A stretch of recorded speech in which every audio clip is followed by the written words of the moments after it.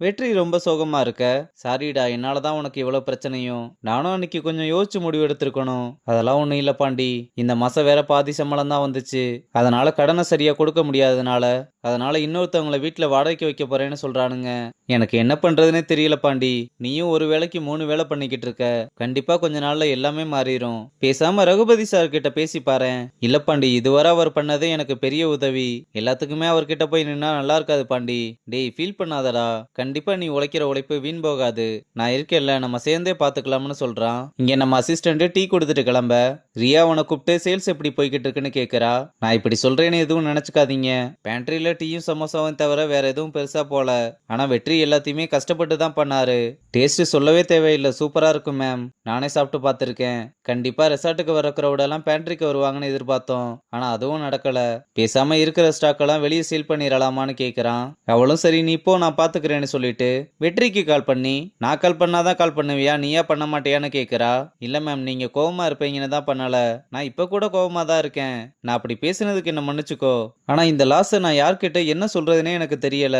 என்ன சுத்தி இருக்க எல்லாருமே என் காது பட பேசுறாங்க. ஒரு பொண்ணு பிரெக்னண்டா இருக்கவ இவளால என்ன பண்ண முடியும்ன்ற அளவுக்கு பேசுறாங்க. இது எங்க அப்பா எனக்கு கொடுத்த 2வது வாய்ப்பு. உனக்கும் அதே தானே நினைக்கிறேன். இதை நம்ம சேர்ந்து ஃபேஸ் பண்ணி ஆகணும். நீ என்ன பண்ணுவியோ ஏது பண்ணுவியோ எனக்கு தெரியாது.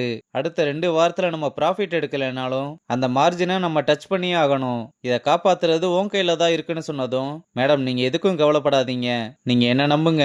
இந்த பேண்ட்ரியை ஓட வைக்க வேண்டியது என் பொறுப்புன்னு சொல்லிட்டு கிளம்புறான். அப்புறம் பேண்ட்ரிக்கு வந்து ஸ்டாக் எல்லாம் என்னென்ன இருக்குன்னு செக் பண்ணிட்டு டிஷஸை ரெடி பண்ண ஆரம்பிக்க, ஒரு சில பேர் வந்து பார்த்துட்டு அப்படியே போனாலும் நிறைய கஸ்டமர்ஸ் வந்து ஆர்டர் கொடுத்து சாப்பிட ஆரம்பிக்கிறாங்க. அப்போ ஒரு அம்மா சின்ன பசங்களை கூப்பிட்டு வர, வெற்றியும் டிஷஸ் எல்லாம் எடுத்து காமிச்சா அது எதுவுமே பிடிக்கலன்னு சொல்லிட்டு கிளம்புறாங்க. அப்புறம் அந்த பக்கம் போகும்போது அந்த சின்ன பசங்கலாம் டோனாட்டை சாப்பிட்றத பார்த்து நம்ம பையனும் எதையோ நோட் பண்ணி வச்சுக்கிறான். இங்க ராஜனும் உத்தமனை கூப்பிட்டு வெற்றி கிச்சனுக்குள்ள நுழையிறதுக்கு ட்ரை பண்ணியிருக்கான்னு கம்ப்ளைண்ட் வந்திருக்கு. யார் சார் கம்ப்ளைண்ட் பண்ணியிருக்கா? ஐசு தான் கம்ப்ளைண்ட் பண்ணியிருக்காங்க. இனிமேல் வெற்றி கிச்சனுக்குள்ளேயே வரக்கூடாதுன்னு ரெக்வஸ்ட் பண்ணியிருக்காங்க. நான் வெற்றி ஈவினிங் பார்க்கணும்னு அவங்கிட்ட சொல்லிருங்கன்னு சொல்லி அனுப்புறான். இங்க வெற்றியும் பாண்டி கிட்ட பேண்ட்ரியோட டேபிள் எல்லாம் வித்தியாசமா டெக்கரேஷன் பண்ணணும், அப்பதான் கெஸ்ட் எல்லாம் கவர்ந்து இழுக்க முடியும்னு சொல்லிக்கிட்டு இருக்கும்போது உத்தம வெற்றியை கூப்பிட்டு கிச்சன் டீம்ல இருந்து உன் மேல கம்ப்ளைண்ட் பண்ணிருக்காங்கன்னு ராஜன் சொன்ன எல்லா விஷயத்தையுமே சொல்ல, யார் சார் அப்படி மெயில் பண்ணது? வேற யாரு? ஐசு தான் சைன் பண்ணி அனுப்பியிருக்கா. கெஸ்ட் பிரச்சனையை சால்வ் பண்றது தான்டா என்னோட வேலை. ஆனா அவங்க பிரச்சனையை விட உங்க பிரச்சனை பெரும் பிரச்சனையா இருக்கடான்னு சொல்லிட்டு கிளம்புறாரு. யோ பாண்டி, எனக்கு என்னமோ இது விக்கியோட வேலைன்னு தோணுது. டே, அந்த மெயில அவ சைன் பண்ணிருக்கா, இன்னும் அவளை நம்பிக்கிட்டு இருக்கேடான்னு கேக்குறான். இங்க அக்கா காரியும் பாய் ஃப்ரெண்டும் சாப்பிட்டுக்கிட்டு இருக்கும்போது நெடுமாறன் ஒவ்வொரு கெஸ்ட் கிட்டயா போயிட்டு சாப்பாடு எப்படி இருக்குன்னு ரிவ்யூ கேட்டு வந்துகிட்டு இருக்காரு. அப்ப பாய் ஃப்ரெண்டும் உங்க அப்பா வந்துகிட்டு இருக்காருன்னு சொல்ல திவ்யா ரொம்ப பயப்படுறா. நெடுமாறனும் அவங்க உட்கார்ந்து இருக்க டேபிளுக்கு வரும்போது திவ்யாவை பார்த்ததுமே அங்க இருந்து கோவமா கிளம்புறாரு. திவ்யாவும் ரொம்ப டல்லா உட்கார்ந்து இருக்க, கவலைப்படாத எல்லாமே சீக்கிரமா சரியாயிரும்னு சொன்னா, அவர் இங்க இருக்க கெஸ்ட பாக்குற மாதிரி தான் சொந்த பொண்ணவும் பாக்குறாரு. அவர் ஏன் இப்படி இருக்காருன்னு ஒண்ணுமே புரியலன்னு சொல்றா. இங்க ஐசு நடந்து போய்கிட்டு இருக்கும்போது ரியா அவளை கூப்பிட்டு, திவ்யாவோட கல்யாணம் வேற வருது, எனக்கு ரொம்ப ஹாப்பியா இருக்குன்னு சொல்ல, திவ்யா ரெசார்ட்ல மேரேஜ் பண்ணிக்கிறது உனக்கு ஓகேவா? நெடுமாறன் என்ன யோசிப்பாருன்னு யோசிக்கிறியா? பொண்ணுக்கு கல்யாணம்னு வரும்போது பழசெல்லாம் மனசுல வச்சுக்குவாருன்னு எனக்கு தோணலைன்னு சொல்றா. அப்ப ரூம் பாய் வந்து ஃப்ரூட்ஸ் எல்லாம் கொடுத்துட்டு, ராஜன் நீங்க என்ன வேலை செஞ்சுக்கிட்டு இருந்தாலும் இதை சாப்பிட்டதுக்கு அப்புறம் அதை பண்ண சொன்னாருன்னு சொல்றான். ரியாவோ ராஜன் எல்லார்கிட்டயுமே கேரிங்கா நடந்துக்குவானான்னு கேட்டா, அவன் எப்பவுமே இப்படிதான், மத்தவங்க கேக்குறதுக்கு முன்னாடியே எல்லாத்தையுமே பண்ணணும்னு நினைப்பான்னு சொல்லிட்டு கிளம்புறா.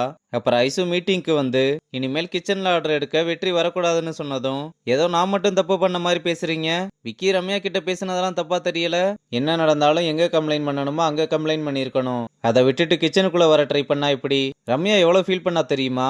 ரம்யா கிச்சன் டீம்ல இருக்கா, அங்க என்ன நடந்தாலும் நாங்க பாத்துக்கிறோம். நான் விக்கியை வான் பண்ணியிருக்கேன், அவன் இனிமேல் அந்த மாதிரி பண்ண மாட்டேன்னு சொல்லியிருக்கான். அவன் பண்ண மாட்டான்னு உங்களுக்கு தெரியுமான்னு திரும்ப திரும்ப வெற்றி பேசிக்கிட்டே இருக்க, ராஜன் கடுப்பாயி இனிமேல் இந்த மாதிரி பேசுனீங்கன்னா உங்களை ஃபயர் பண்ணிடுவேன்னு சொல்றான். நான் சொல்ல வேண்டியதெல்லாம் சொல்லிட்டேன், இனிமேல் நீங்களே பாத்துக்கோங்கன்னு சொல்லிட்டு கிளம்புறா.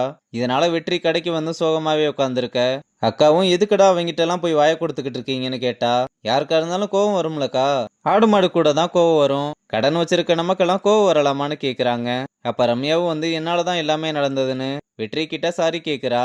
அதெல்லாம் விடு, அவன் கொஞ்சம் ஓவரா தான் பண்ணிட்டான், விடு வெற்றி, நீ அந்த பேண்ட்ரியை நல்லா ரன் பண்ணு, அதை பார்த்து கிச்சன்ல இருக்கவங்களுக்குலாம் வயிறு எரியணும்னு சொன்னதும் நம்ம பையனும் வேகமா எந்திரிச்சு வந்து பேப்பர் பேனாவை எடுத்து எதையோ ரொம்ப சின்சியரா எழுதிக்கிட்டு இருக்கதோட இந்த எபிசோட முடிச்சிருக்காங்க.